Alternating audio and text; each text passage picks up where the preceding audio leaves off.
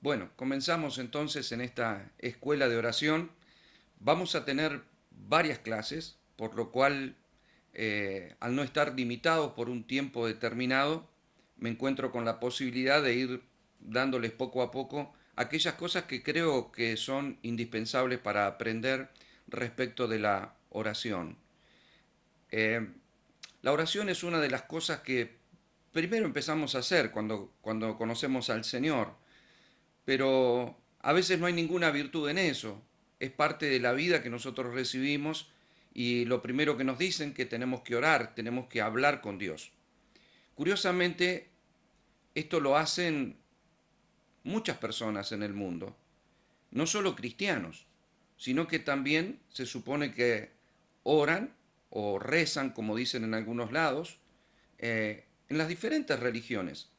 Lo hacen los musulmanes, los hinduistas, los budistas, los que practican cualquier tipo de creencia pagana, todo aquel que cree que existe un Dios, que existe una deidad, bueno, elevará sus oraciones o sus rezos. Claro, la palabra ya es diferente, ¿verdad? El rezo viene de la palabra recitare, que quiere decir algo que se dice, que se cita, se repite, y bueno, el que reza, reza un mantra o reza con ciertos sonidos, repitiendo ciertas cosas, ¿no? De hecho, en el catolicismo también se utiliza mucho el rezar y repetir muchas veces una misma frase. Nosotros no creemos que eso sea efectivo, sino que creemos en orar, lo cual implica hablar con Dios. Sé que para algunos de ustedes hablar de oración o decir que vamos a tener una escuela de oración puede implicar, no sé, que vamos a encontrar que no sepamos hacer. Bueno, creo que se va a sorprender, porque la idea es poder saber si realmente hemos aprendido a orar o hemos hecho de la oración algo natural para nuestra vida espiritual una vez que conocimos a Dios y empezamos a orar, como nos dijeron, que era hablar con Dios, lo cual no está mal. El tema es que luego empezamos a mezclar nuestras peticiones, nuestros deseos, lo que llamamos intercesión, guerra espiritual, todo tipo de oraciones. Y luego se suele generar un verdadero desorden en todo eso. Y ustedes saben que desorden no es otra cosa que tiniebla y nada es efectivo en el desorden. Yo quiero decirles que esta escuela, más allá de que sea una escuela de oración, quiero que tenga dentro de todo el campo del reino. Quiero que toda esta escuela pueda ser dentro del ámbito de las dimensiones del reino. Porque ese es el evangelio que predico, ese es el evangelio que creo y varios conceptos del reino creo que han sido volcados porque esa es la idea y la visión de Kingdom Center también. De aquellas personas que creen que el evangelio del reino es lo que fue predicado y lo que nosotros debemos guardar y que lo tratamos de entender como corresponde, ¿no? No creemos que reinamos sobre todas las cosas, sino que Dios reina sobre nosotros y que ya vivimos reino porque Dios habita nuestro corazón y eso es lo importante. El mundo no vive reino, el mundo entero está bajo el maligno, pero la iglesia vive reino porque tiene un rey que ya la gobierna y nosotros buscamos hacer su voluntad. Y la oración no es otra cosa que hablar con el rey para saber cuál es esa voluntad. Lo cierto que lo lindo de todo esto es que ese rey también es nuestro padre, pero nuestro posicionamiento y la legalidad no pueden quedar fuera, sino que tienen que ser el principio absoluto de las oraciones del reino. Por eso hablo de que muchas veces hay un desorden y muchas veces incluimos no solo peticiones que no son correctas, sino que además tenemos un desorden en la forma de orar y que por otra parte también mezclamos mucho las emociones, ¿no? A veces tomamos la oración como el clamor, como el querer conmover a Dios. A veces hay lágrimas que se derraman en oración que son totalmente lícitas porque hablan de un verdadero y legítimo deseo en nuestro corazón y está bien, no hay problema con eso. Pero a veces las lágrimas se utilizan como se utilizan en la vida natural, tratando de conmover más al que escucha en un clamor Y Dios sabe todo eso, ¿no? Dios conoce nuestro corazón, Dios sabe si nuestro clamor es legítimo como el de Ana, que dice que clamó a Dios y lloraba, y de hecho el sacerdote Elí pensó que estaba borracha, y ella dice, no estoy ebria, sino que estoy clamando a mi Dios, y Dios escuchó su corazón, no había hipocresía en ella, no había lágrimas de cocodrilo, como le decimos aquí, no lágrimas mentirosas o hipócritas, sino que eran lágrimas de verdad, de un corazón sincero. Dios oyó su oración y Dios le dio ese hijo que ella deseaba, que fue Samuel. Ahora, vamos a aprender en la dinámica de los días. Hoy, como dijo eh, el pastor, vamos a entrar en lo que es una introducción a todo esto, pero les quiero comentar algunas cosas que nosotros necesitamos aprender. Primero, la legalidad. En el reino hay legalidad. Si no usamos la legalidad, no va a funcionar. Esto tiene que ver con una legalidad, no tiene que ver con otra cosa. Es fundamental que entendamos esto. Quiero que ustedes puedan ver el reino de manera natural. Yo sé que es espiritual, que no es de esta tierra, pero traten por un momento de imaginar un rey con un trono en un lugar determinado, que es nuestro Dios, y nosotros queriendo hablar con él. Hay protocolos en la casa del rey, eh, hay una legalidad en nuestro pedido. El pedido no lo hacemos sino también como hijos, pero por otro lado vamos a interceder, que no tiene nada que ver con la oración, o sea, está relacionado, pero no es lo mismo, porque la intercesión tiene que ver con hablar en favor de otra persona. Entonces una cosa es que alguien venga a hablar conmigo y otra cosa es que alguien venga a hablar conmigo por otra persona, a favor de otra persona, a pedirme algo para otra persona. No es lo mismo.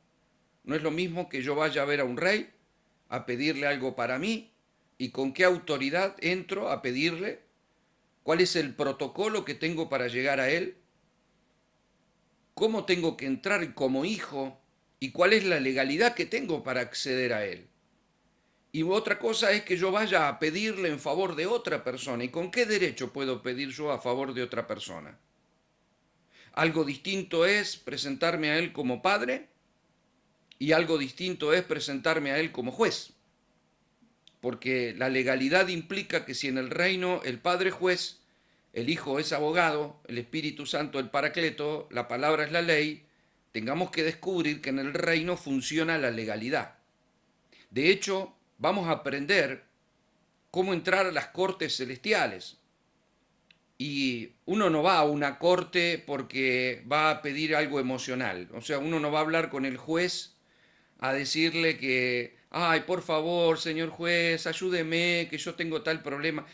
A ver, no te reciben, no te dan una audiencia y no te escuchan. Vas a tener que entrar con un abogado, vas a tener que presentar una causa, tu causa tiene que estar basada en las leyes y si no, no te reciben. Tiene que haber un apoderado, nadie tiene acceso a hablar con el juez y una cosa es hablar con el juez y otra cosa es hablar con el padre. A ver, cuando yo tenía un negocio antes de conocer al Señor, eh, al lado del tribunal en Necochea, ¿no? En la ciudad donde yo vivía, en la ciudad donde yo nací. Y yo era amigo de la jueza, la apreciaba mucho y tenía acceso porque además le llevaba la mercadería que yo vendía. Es decir, yo tenía un negocio así como Cristos, vendiendo café, y tenía acceso a llevarle a todos los empleados del tribunal. Entonces, en mi confianza, en mi amistad que se hizo durante el transcurso del tiempo, fuimos cultivando una amistad con la jueza, de bastante, de ir a comer, de que sea madrina de mi hija, de una relación de confianza. Yo tenía acceso, no solo porque podía llevar lo que iba a llevar, que era el producto, sino además porque había una confianza, había una amistad.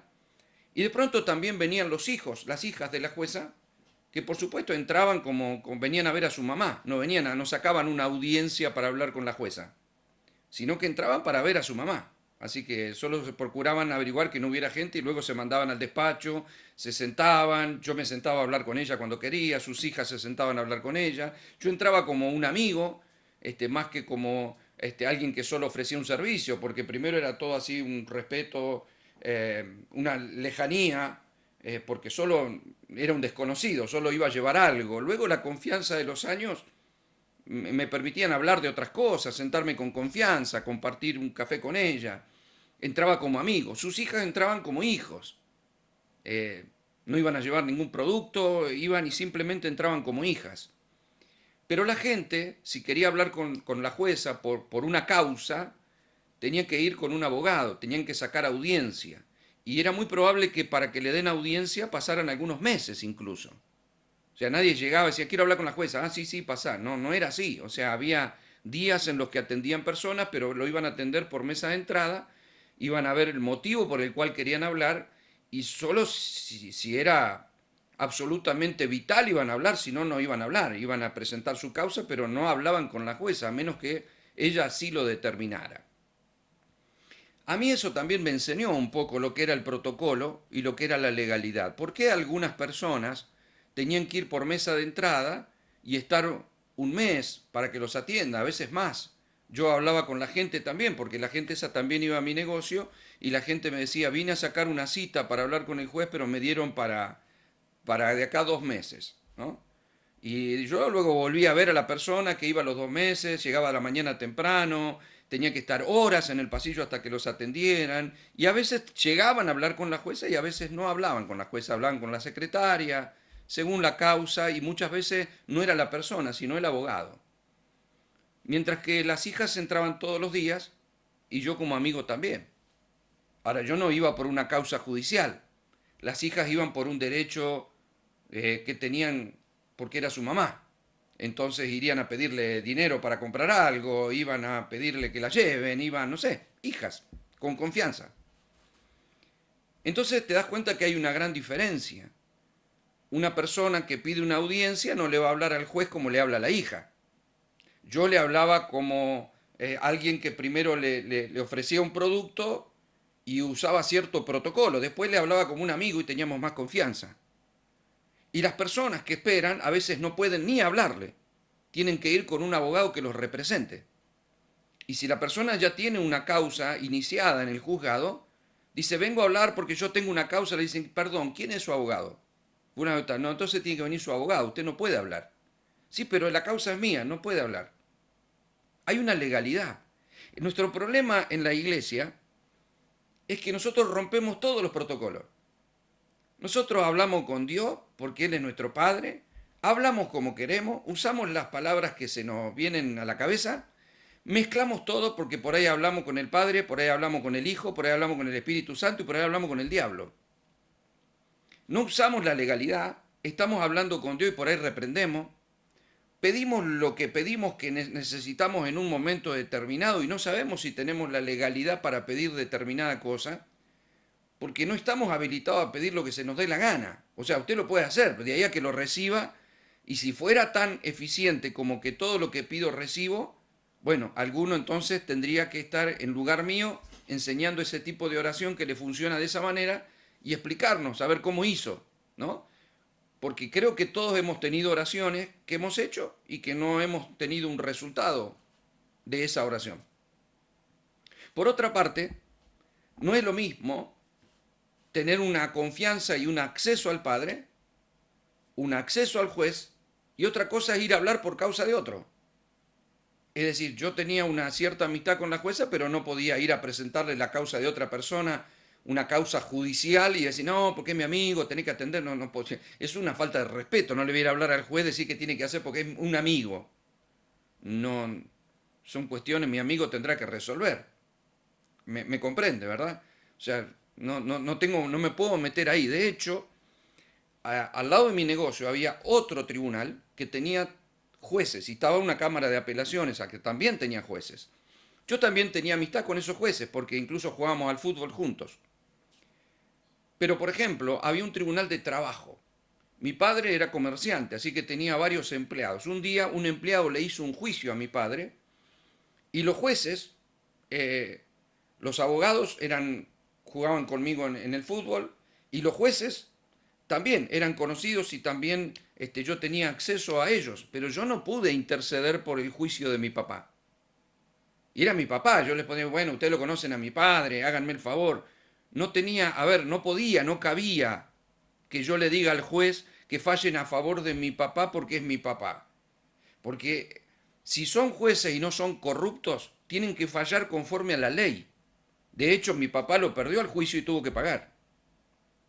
Claro, yo podría haber ido, haber llorado, haberle dicho, no, es mi papá, por favor, ayúdenme, ustedes que me conocen. Ellos me dirían, mirá, te queremos mucho, pero esto no tiene nada que ver con los sentimientos. No podemos evitar la ley por hacerte un favor porque te apreciamos o porque jugamos junto al fútbol o porque nos conocemos.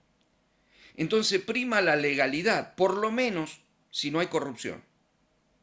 Ahora, si el juzgado es corrupto, bueno, capaz que me dicen, bueno, quédate tranquilo, te conocemos, vamos a firmar, total, la dejamos pasar porque como vos sos nuestro amigo, no le vamos a facturar este juicio a tu papá. Y eso es corrupción. Sería injusto para el empleado que le estaba haciendo un juicio, sería injusto para la ley, que pasaran por sobre la ley para fallar en favor de un sentimiento de amistad que podían tener conmigo. ¿Me comprende? Hallar un favor que evade la ley es corrupción. Ahora, si no haría eso un juez natural, ¿por qué pensamos que sí lo haría Dios como juez? Porque nosotros tenemos que saber que Dios es rey, que Dios es juez y que Dios es nuestro Padre.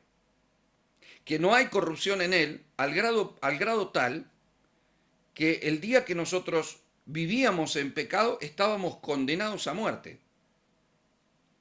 Y Él nos amó, porque la Biblia dice claramente que Él nos amó, y no dudamos que Él nos amó porque Él es amor, como dice 1 Juan 4:8. De hecho, Él dio a su Hijo por amor, el Hijo vino y se entregó por amor, pero tuvo que morir en nuestro lugar. En otras palabras, estábamos condenados y había que morir. Y morimos. Él podría haber dicho, bueno, no, quédense tranquilos, yo los perdono. No porque, a ver, antes del sentimiento de que te amo y no quiero condenarte, soy juez. Y yo no sería un juez justo si te perdonara evadiendo la ley. Y la ley dice que la paga del pecado es muerte. Nosotros, a ver, no sé si en algún lado nos parece a nosotros que en el nuevo pacto toda la legalidad del reino quedó abolida. Y vemos a un Dios en el antiguo pacto que era un juez casi que te metía temor, y ahora en el nuevo pacto es papá, y total papá entiende. Y a ver, la legalidad nunca fue cancelada, al contrario, nosotros vivimos reino. Si conocemos el Evangelio del Reino, el orden, el protocolo, la legalidad, el motivo por el cual las palabras que yo diga, nada es inocente. ¿Qué legalidad tengo yo para pedirle algo a Dios que yo necesito? A ver, ¿me escucha? Sí, me escucha. ¿Puedo pedir lo que quiero? Sí, puedo. ¿Me será hecho? No. No le puedo mentir. ¿Por qué? Porque Dios no está como el mago de la lámpara de Aladino esperando que nosotros frotemos la lámpara en una oración para darnos lo que nosotros deseamos. No funciona así. De hecho, todos nosotros hemos hecho alguna oración en algún momento que no fue contestada. Entonces, tal vez no es que la hiciste mal, pero tenés que preguntarte por qué no fue contestada. ¿Y está mal que la haga si no fue contestada? No, porque yo puedo pedir algo, pero no necesariamente ese algo me va a ser contestado. Ahora, si yo aprendo, entonces voy a evitarme un montón de oraciones vanas. Si yo aprendo, voy a comprender cuál es la diferencia entre orar e interceder. ¿Ve? Rezan cualquiera que cree en otra religión. No rezan los supuestos impíos, los supuestos, aquellos que dicen no creer en nada, ¿no? Pero los demás rezan. Ahora, nosotros sabemos que eso no genera una conexión. Sin embargo, está comprobado, incluso por la ciencia y por la psicología, que todos los que rezan a una deidad les hace bien en su alma. Dice que es bueno, que es positivo para la salud, que es positivo para su estima, es positivo para la vida, es positivo para su entusiasmo. Ahora yo pregunto, ¿la oración del reino puede ser comparada con un rezo musulmán porque es positivo? ¿Con un rezo de los testigos de Jehová? ¿A mí me hace bien orar? ¿Estamos haciendo lo mismo que hacen ellos? Aunque no repitamos, porque yo puedo no repetir el Padre Nuestro 100 veces todas las mañanas, pero tal vez yo estoy orando y mi oración sea igual a la forma en la cual la están llevando adelante esas falsas religiones. No porque esté orando al Dios incorrecto, sino porque puedo no entender cómo funciona el protocolo o la legalidad de la oración. Y eso es lo que yo deseo enseñar en la escuela. La idea no es estructurarnos para orar, el tema es poder entender la dinámica de la oración, porque si usted va a hablar con el Padre, la estructura no es buena. O sea, yo no quisiera un hijo que hable conmigo y que no lo dejo hablar si no me viene con cierto tipo de protocolos y si no me muestra cierto tipo de... No, yo lo recibiría y es mi hijo, yo quiero que me hable de manera normal, espontánea, sincera. ¿Ve? Ahora, si se está presentando a alguien ante una causa, no es lo mismo. Ahora fíjese esto, ¿no? Si estamos intercediendo, porque la reunión, se supone que las reuniones de oración son reuniones de intercesión. ¿Es lo mismo la intercesión que la oración? No, absolutamente. En parte sí, porque es hablar con Dios, pero en legalidad no, porque no es lo mismo que Carlos venga a hablar conmigo a pedirme algo para otra persona que venga a pedírmelo él, por una necesidad que él pueda tener y me dice, Osvaldo, necesito algo. Yo, una cosa es que él venga a hablarme y otra cosa es que él me hable para otra persona. ¿Cuál es la legalidad con la cual yo puedo escuchar para darle a otra persona que yo tal vez no conozco o no registro o no es legal que me lo pida? Él me dice, no, porque un amigo mío necesita dinero. No sé, es amigo tuyo, no es amigo mío. Ahora, si vos me decís que vos estás necesitando es otra cosa. Es decir, ¿cuál es la legalidad? Y usted diría, no, no es lo mismo. Sí, es lo mismo, que ¿con qué derecho yo le pido algo a Dios para otra persona? ¿Con qué referencia? A ver, ¿con qué legalidad me presento yo a pedirle algo a Dios como un intercesor? Es decir, si voy a intermediar, ¿qué tengo para ofrecer? Es más, vamos a verificar algunas cosas. ¿Puedo yo presentarme como un mediador? Porque en 1 de Timoteo 2.5 dice, hay un solo Dios y un solo mediador entre Dios y los hombres, Jesucristo hombre. No dice Osvaldo Rebolleda, ¿sí? No dice María, ni Linda, ni Cacho, ni Juan, ni Pepe, no, dice uno solo hay, que es mediador, y es Jesucristo hombre. Entonces yo digo, no, yo estoy intercediendo, ¿puedo?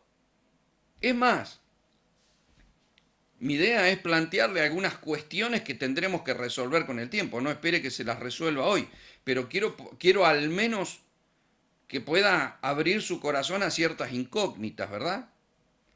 Vamos a suponer que usted necesite algo de una autoridad gubernamental o de un juez. Usted necesita algo de un juez. ¿Usted mandaría a un hombre que tiene captura pedida por Interpol para que vaya a hablar por usted? ¿Alguien le diría a una mala persona, mira, haceme un favor, habla en lugar mío, habla por mí? Es decir, mire, yo le voy a ser sincero, hay gente por la que ni siquiera quiero que ore por mí. Y usted me diría, pero ¿y por qué no, pastor? Y a ver, ¿a usted le conviene que cualquiera hable de usted? ¿A usted le conviene que cualquiera hable en su nombre? ¿A usted le conviene que cualquiera se ponga en su lugar? Si yo tuviera que ir a pedir un crédito al banco, ¿mandaría a cualquiera que vaya en mi nombre? ¿Dejaría que se ponga en mis zapatos y vaya en mi lugar? Porque eso es la intercesión.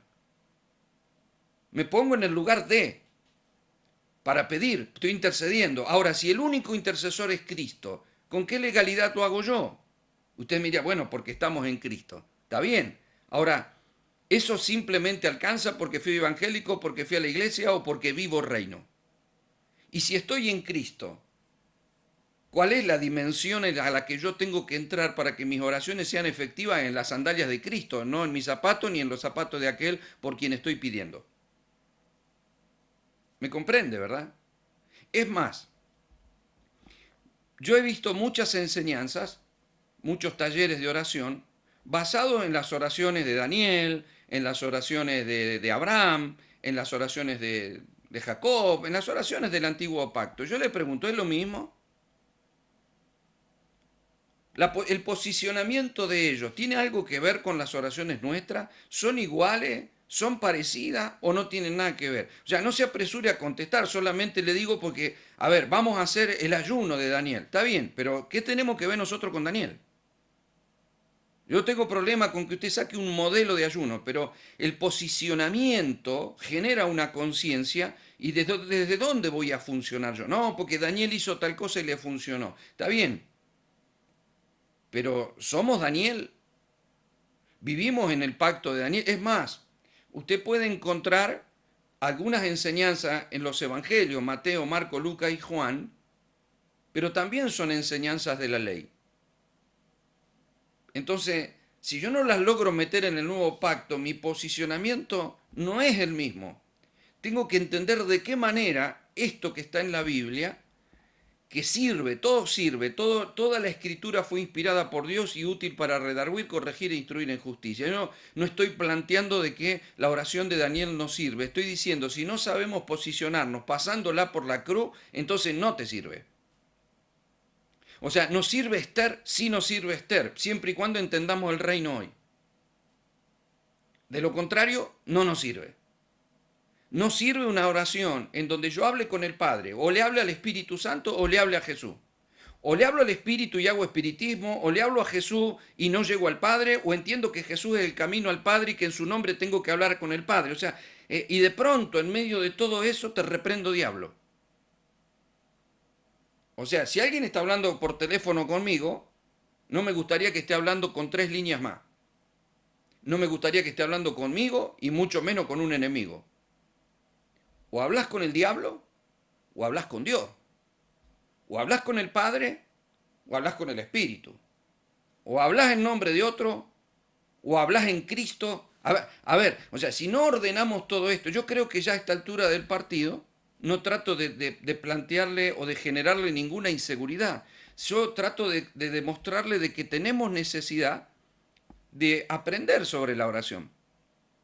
Eso es lo que trato de explicar. Si alguna de estas cosas, uy, entonces no le estoy tratando de generar una inseguridad, estoy tratando de que seamos conscientes de que la oración es algo que abrazamos. Ni bien llegamos a la iglesia, la empezamos a repetir y muchas veces repetimos o aprendemos a orar de lo que escuchamos.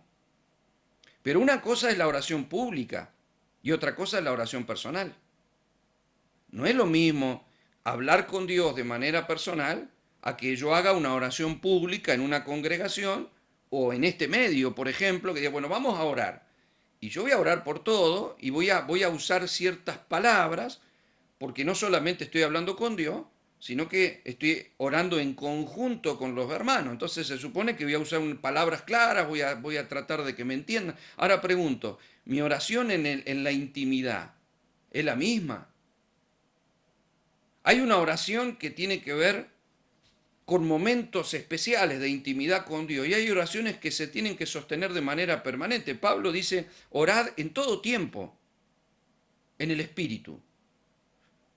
Yo puedo tomarme una hora a la mañana. Yo tuve la estructura de la oración porque en la iglesia que yo crecí se usaba, vamos a ir a orar de las 7 a las 8, de las 6 a las 7 era. Entonces íbamos a orar de 6 a 7. Una hora nos arrodillábamos en el salón de reunión y se supone que orábamos y después orábamos todos juntos por algunas determinadas peticiones. Y todos los días repetíamos, entonces yo tenía mi orden mental, repetía por mi mamá, por mi hija, entonces tenía mi orden de personas por la que oraba, y listo, y me iba. ¿Eso es todo? ¿Eso está mal? No, mal no está, pero ¿es todo? Porque a veces la oración, cuando las personas practican esa oración y generan en su conciencia un estado de que, bueno, hoy a la mañana estuve orando, hermano, como que me siento bien porque estuve orando, ¿no? Pero en realidad le saqué la lista al Señor, le pedí todo lo que pedía, pero no me logré conectar con el Señor. Y nosotros no hacemos un rezo para que Dios nos escuche, sino que oramos para poder escuchar a Dios. Y yo le voy a decir que si llegamos a hablar con la persona que está en una posición de autoridad, como un juez natural, imagínese con un rey como el Señor, a mí más que ir a hablarle al rey todas las mañanas me conviene escucharlo.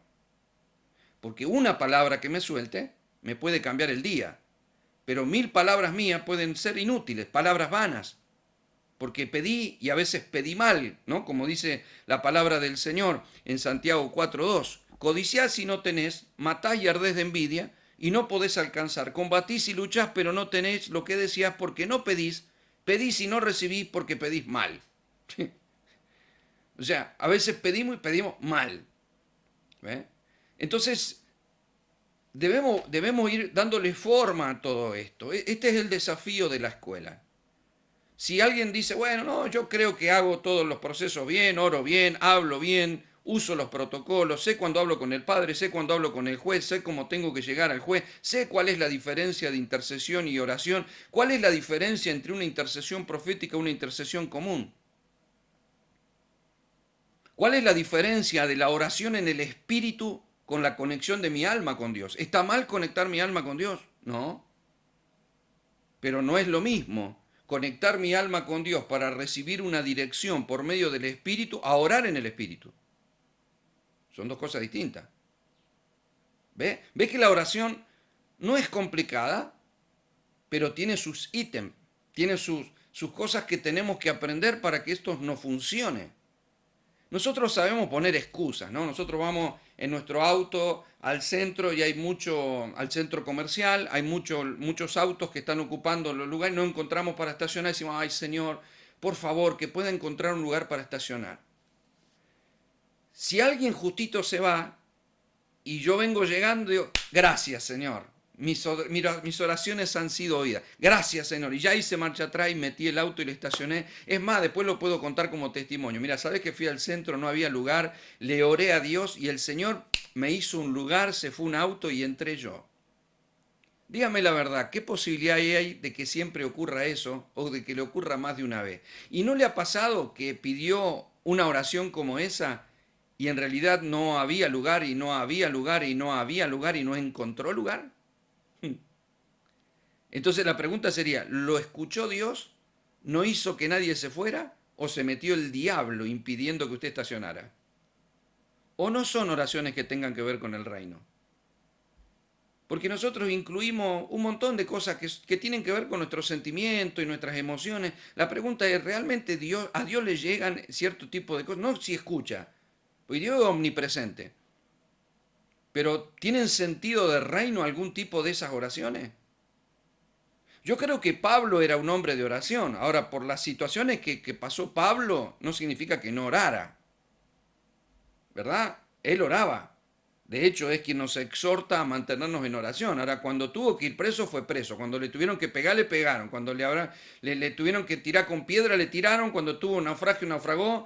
Es más, le mandó un ángel para hablar con el ángel. Usted no puede hablar cara a cara con un ángel y que el naufragio venga igual.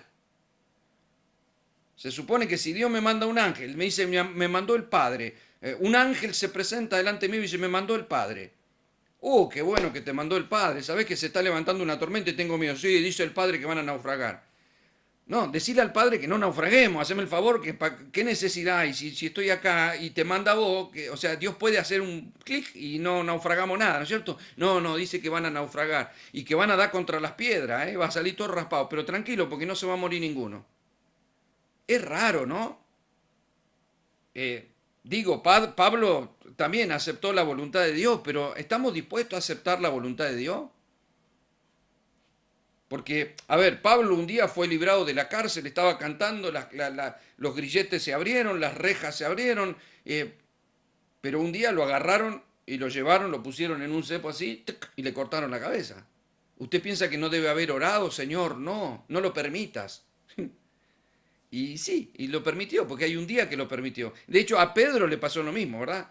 Pedro estaba preso, el Señor manda un ángel, le dice a Pedro que se vista, lo sacó caminando, se fue a la casa, todavía estaban orando por Pedro y no creían, los que estaban orando no creían que Pedro había sido liberado, y era lo que estaban orando ellos. Ahora, un día lo metieron preso a Pedro y no lo liberaron. ¿Y la iglesia no habrá orado? Seguramente que sí. Pero ¿lo soltaron? No lo soltaron. Lo crucificaron al revés. Entonces la pregunta sería, ¿Dios no escucha ciertas oraciones? ¿O ciertas oraciones no son correctas? ¿O el fundamento de todo es hacer la voluntad de Dios más que Dios haga nuestra voluntad? ¿Cuál es el sentido de nuestras oraciones? Es más, si las oraciones tienen que ver con la voluntad de Dios y no con la nuestra, ¿para qué hacerlas? O sea, esto tenemos que encontrar respuestas a esto porque si no, no vamos a comprender. A ver, podemos estar haciendo cosas que son vanas. Estamos repitiendo, estamos hablando, estamos creyendo, estamos aquietando nuestra conciencia, sintiéndonos mejor, pero a veces no nos estamos conectando. Mire, bajemos nuevamente el reino natural. Imagínese como alguna vez va a ser en la tierra Cristo reinando en la tierra en un lugar físico. Imagínese que un hermano todos los días vaya y el Señor lo reciba para que se siente con él, así como si yo estoy en mi escritorio acá, el Señor lo reciba y se siente con él todas las mañanas un ratito, no una hora, un ratito. Está con el Señor y luego se va. Yo pregunto, ¿no cambiará el día de ese hermano? ¿No actuará distinto durante el día? ¿No hablará distinto durante el día? ¿No se comportará distinto durante el día? Bueno, ¿sabe por qué a veces no ocurre eso? Porque mucha gente en realidad nunca se sienta en la mesa del rey o nunca tiene acceso al trono. Dice que oran, pero después se comportan mal. Son impuntuales, informales, malos empleados, malos patrones, no se comprometen, no se congregan, ponen excusas por cualquier cosa. Y es porque no llegan a la presencia del Señor. O sea, no tienen esa intimidad en donde el trato del Señor te quebranta, te corrige, te conmueve, te revela. Eso es orar. Orar es estar con el Señor. Si estoy con el Señor, me va a abrir las escrituras, me va a abrir su voluntad, me va a corregir mis malas decisiones, me va a corregir enviándome a donde me tenga que enviar, me va, aunque yo haya dicho que no. Porque la oración no es como yo llego al trono para convencer a Dios. Estoy convenciendo, oh Padre, oh te pido, oh te pido. No tengo que convencer a Dios. Dios no necesita que yo menos que lo convenza yo con la mediocridad de mis pensamientos, porque puedo convencerlo de algo equivocado. ¿Ustedes se acuerdan de Pedro? ¿Usted se acuerda que Pedro le quiso convencer a Jesús que no vaya a Jerusalén a morir a la cruz? O sea, eso es una oración. Es decir, estaba hablando con Jesús, ¿sí o no? Le estaba pidiendo que no vaya. Y Jesús le dijo, lo echó, le dijo, apártate de mí, Satanás. Fíjese cuál fue el concepto, ¿no? Apártate de mí, Satanás, porque no piensas como piensa Dios, sino como piensan los hombres. Ahora yo pregunto, hoy no me va a decir lo mismo el Señor, pero ¿y si yo me presento con ideas mías que Dios haga algo que Dios no quiere hacer? ¿No estoy pensando como piensa el hombre en lugar de pensar con la mente de Cristo el nombre de aquel con el cual yo me acerco al trono del Padre? Yo no me acerco al Padre en Cristo. ¿Qué legalidad tengo para ir al Padre en el nombre de Jesús con ideas mías? ¿Cuál es mi derecho? ¿Qué derecho tengo yo de ir a pedirle al Padre que haga algo, pero voy enfundado en Cristo, escondido en Cristo, en la justicia de Cristo, en la sangre de Cristo, en el nombre de Cristo, con la mente de Cristo, en el espíritu de Cristo, pero a pedirle algo que se me ocurre a mí? Y tal vez a Cristo no. ¿Me comprende, verdad? ¿Ves que hay una legalidad en las oraciones? ¿Ves que la fe no implica cambiar todas las cosas? La fe implica cambiar lo que se debe cambiar conforme a la voluntad de Dios y asumir lo que se debe asumir porque es la voluntad de Dios. Es decir, los mártires, las personas que murieron en una hoguera, por ejemplo, no fueron faltos de fe. No fueron personas que no... ¿Usted piensa que no oraron? ¿Usted piensa que si lo agarra a una familia cristiana? Yo quiero decirle que en el 2020 fue uno de los años de esta década que más persecución y muerte cristiana hubo. ¿Lo sabía usted? Ya lo vamos a hablar bien. Ahora, usted piensa que una persona, imagínense usted, lo agarran al esposo, la esposa y los hijos, todos los meten presos y los amenazan de que los van a matar por la fe. ¿Usted no orarían? Los meten en una celda, ¿qué dirían ustedes? Oremos a Dios, Dios nos puede librar, Dios puede... ¿Qué diría usted? Oraríamos a Dios, oraríamos con el corazón, oraríamos con intención, oraríamos con fe, oraríamos... Ahora de pronto vienen, nos abren la celda y nos van llevando, nos hacen arrodillar y nos dicen que nos van a matar. nosotros no vamos a dejar de orar, ni vamos a dejar de clamar, pero nuestra oración se va a mudar a poder pedirle a Dios que nuestra fe no mengue ante toda esa situación y aceptar su voluntad aunque no la entendamos. O sea, la oración de un mártir, porque todo mártir, ¿usted piensa que un tipo que lo pusieron en la hoguera no oró al Padre? No tiene lógica, ¿verdad? Seguramente oró. Ahora debe haber dicho, Señor, líbrame, Señor, líbrame, Señor, líbrame. Y si ves que te están poniendo la leña y hay uno con una antorcha en la mano, decís, Señor, que mi fe no falte, ¿no? Ayúdame a aceptar, que no me duela tanto, que no sufra tanto, que muera rápidamente. Señor, recíbeme en tu trono. Padre, oh, recíbeme. Envío, te entrego mi espíritu. Oh, Padre. O sea, cambió tu oración. De una oración en donde le pido a Dios que haga algo, a una oración donde yo acepto que Dios haga algo. ¿No le ha pasado a alguno de ustedes orar por un familiar que estaba enfermo? Pedirle, orar, clamar, y de pronto ese familiar falleció. ¿No cambió su oración a una oración en donde aceptás su voluntad, donde pedís fortaleza para la familia? A mí me han pedido en este tiempo oración por algunos pastores, por algunos hermanos, no de aquí, de los nuestros, se han ido sanando, pero de otros lugares, y he orado y algunos de ellos han fallecido por COVID. Y entonces también me mandan otro mensaje, me dice, pastor, quiero decirle que fulano de tal falleció, oremos por su familia para que reciban consuelo. O sea, yo oré para que no muera y se sane, Señor, sánalo, Señor, sánalo, no se sanó, oh Señor, consuela a la familia. Ahora, no es que la otra oración no fue contestada, no es que no fue escuchada, pero ve que nosotros podemos, y bueno, fue la voluntad del Señor, ¿ve? Ve que nosotros sabemos que hay una voluntad de Dios, eso no significa que no oremos con fe, implica que entendamos la oración no como algo que puede convencer a Dios y depende de mi fe, sino como algo que está dispuesto a aceptar la voluntad de Dios cualquiera sea. Yo le puedo plantear a Dios un deseo, ¿no está mal eso? Pero por sobre todas las cosas esto es reino. Si es reino, es la voluntad del rey porque la voluntad del rey es mejor que la mía. Entonces yo no puedo ir por un solo camino. Esto es lo que quiero, esto es lo que quiero, esto es lo que quiero, esto es lo que quiero y no acepto otra cosa. No, a ver, yo le ruego por una cosa, pero como no logro ver todo, tengo que confiar en un Padre amoroso que también es juez y que es justo y es soberano. Y no se moverá en la tierra una partícula de polvo sin que Dios lo sepa. No caerán las hojas de los árboles sin que Dios lo sepa. Ni un pajarillo cae en tierra sin que Dios lo sepa. Nuestros cabellos están contados. Pregunto, ¿será que se murió fulano de tal porque Dios no pudo hacer nada para salvarlo? No, fue porque era su voluntad. Nadie va a partir de esta tierra sin que Dios lo sepa y lo permita, en tiempo y forma. Eso es reino, mi amado.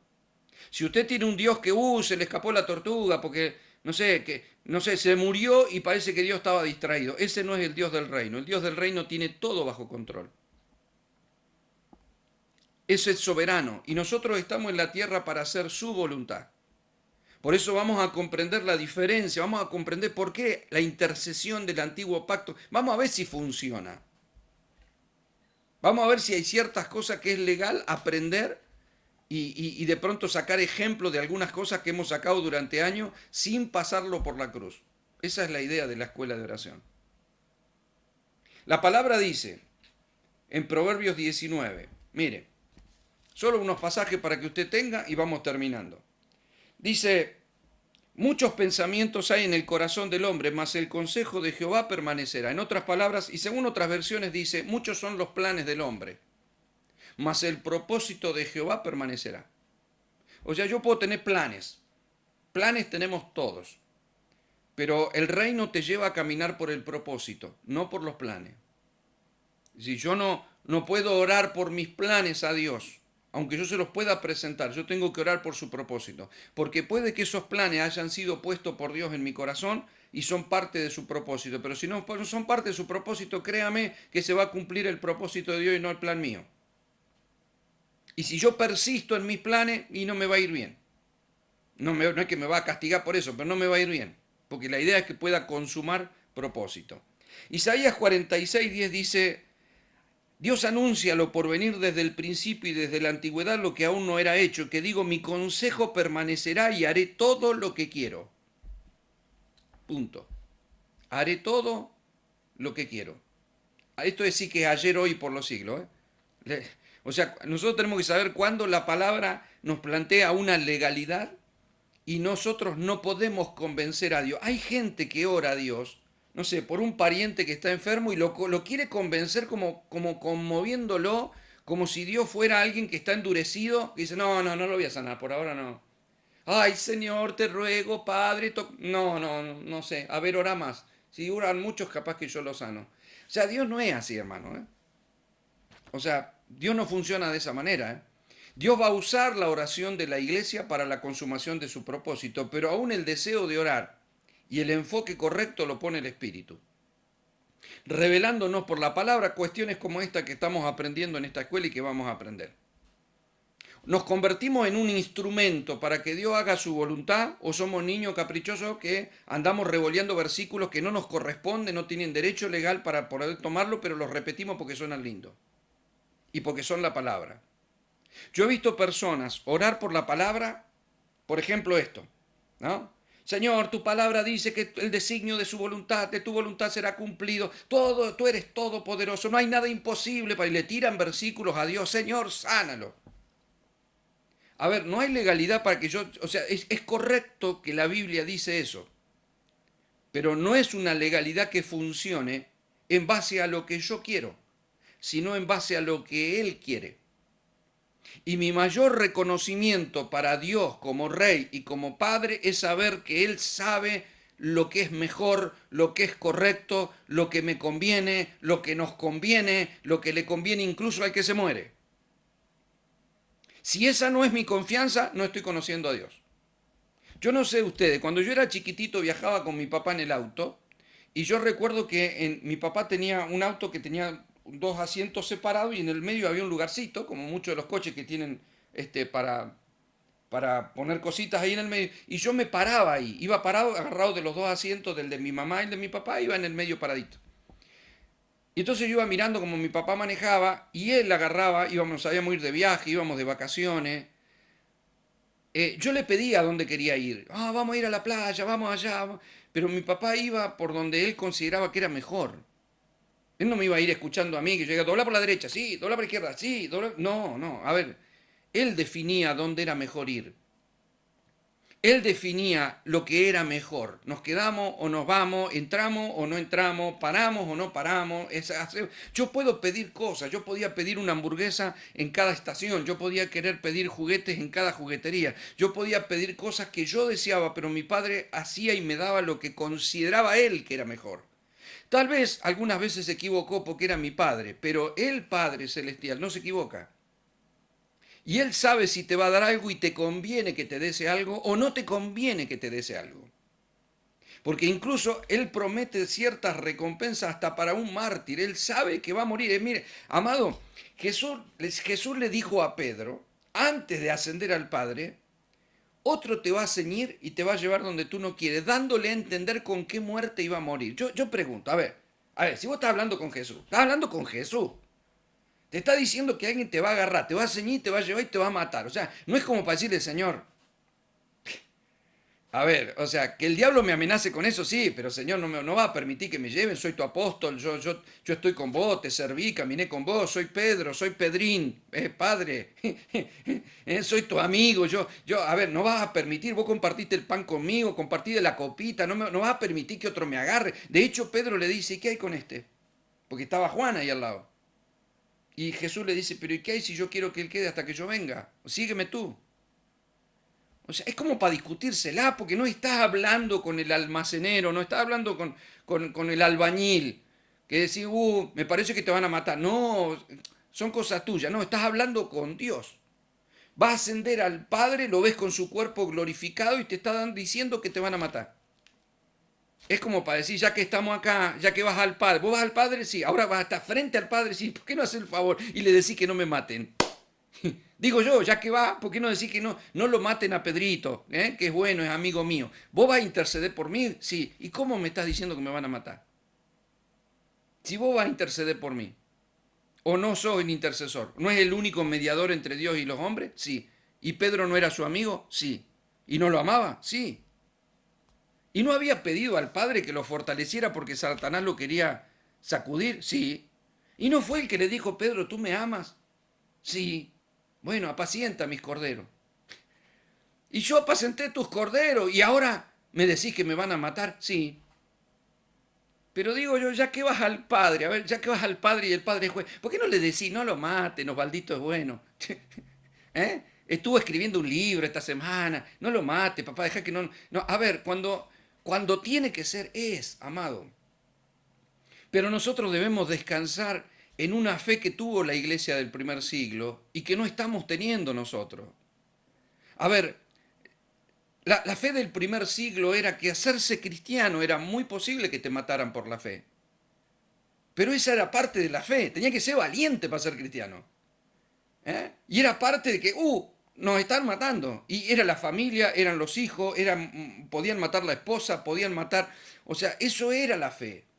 Y algunos dudaban, y la oración, ¿sabe lo que era la oración del primer siglo? Era más que nada que la fe no le falte, aunque ellos no entiendan cosas. ¿Usted piensa que ellos entendían todo? No, no entendían. No entendían, pero creían. Y sabían que si me muero, voy a estar con el Señor. Nada más, no tenían libros para tratar de convencerte qué pasará en el más allá, veré el túnel o no veré el túnel. No, a ver, no había nada sino la fe de saber que Jesucristo murió por mí. Y sé que morir es ganancia. Pablo me lo dijo, y encima vos a Pablo lo conocés, tampoco es, el apóstol Pablo dijo, morir es ganancia. Claro, para nosotros, pero para ellos Pablo era Pablo, ellos lo conocían a Pablo. Petizo, pelado, medio doblado, o sea, no es tampoco para decir, si lo dijo Pablo, seguro. No, había temor, había dolor en un latigazo, en una encarcelación, en un golpe, en gente que murió, estuvo años en la cárcel hasta que murió. Y no oró esa gente en la cárcel. ¿No será que nosotros pensamos que la oración tiene que ver con complacer ciertos deseos nuestros? Y que en realidad tiene que ver con que se cumpla el propósito de Dios y la voluntad de Dios en la tierra. Eso es reino. Me guste o no me guste, me duela o no me duela, tenga que pasar por un valle de sombra o no, que Dios se glorifique, que Dios haga lo que tenga que hacer. Yo quiero que Dios haga lo que tenga que hacer. Si usted me pregunta a mí, y vamos a juntarnos a orar para que no muera más nadie, para que estemos sanos, bendecidos, prosperados en victoria, que me adelgace, que me haga vital, o sea, que me dé, que me mande, o sea, todo bárbaro, pero eso puede ser mi deseo. No son malos deseos, porque, bueno, Dios me quiere bien, hermano, me quiere ver bien. A ver, usted debe conocer testimonio de personas que pasaron por terrible valle de sombra y de personas que sirviendo a Dios como está pasando en esta pandemia. Aquí en Argentina, Asiera dijo que es la agrupación de pastores que han muerto casi 150 pastores desde que empezó la pandemia. ¿Y vi que estaban en pecado? No. ¿Dios los castigó? No. Era su tiempo.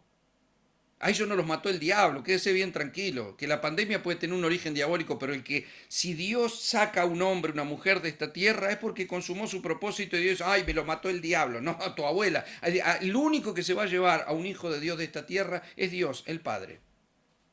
¿Qué preferiría la familia? ¿Qué preferiríamos nosotros? Que todavía no se lo lleve. ¿Qué preferiríamos? Que siga vivo. Pero créame que fue Dios el que determinó. Y conozco testimonios de personas, justamente esta semana estaba escuchando de un hermano en la fe, que estaba dando testimonio porque estuvo en terapia, estuvo entubado por el coronavirus, estuvo en estado de coma y le agarró un infarto y murió. Estuvieron 20 minutos resucitándolo y como él era médico y trabajaba en emergencia, le hicieron un intento de resurrección mucho más que cualquier persona. Por protocolo hay que darle 4 shocks de corriente a una persona, de esos con esos aparatos que le dan un choque, por protocolo. A él le dieron 7 porque lo conocían. Y en el séptimo revivió. Y hoy se recuperó, le dijeron que iban a quedar secuelas, no le quedó secuela, hoy está contando el testimonio y está predicando. Y usted dice, pero ¿y por qué? Porque el propósito de Dios es que Él haga eso. Y el propósito de Dios es que algunos otros hijos vayan con Él.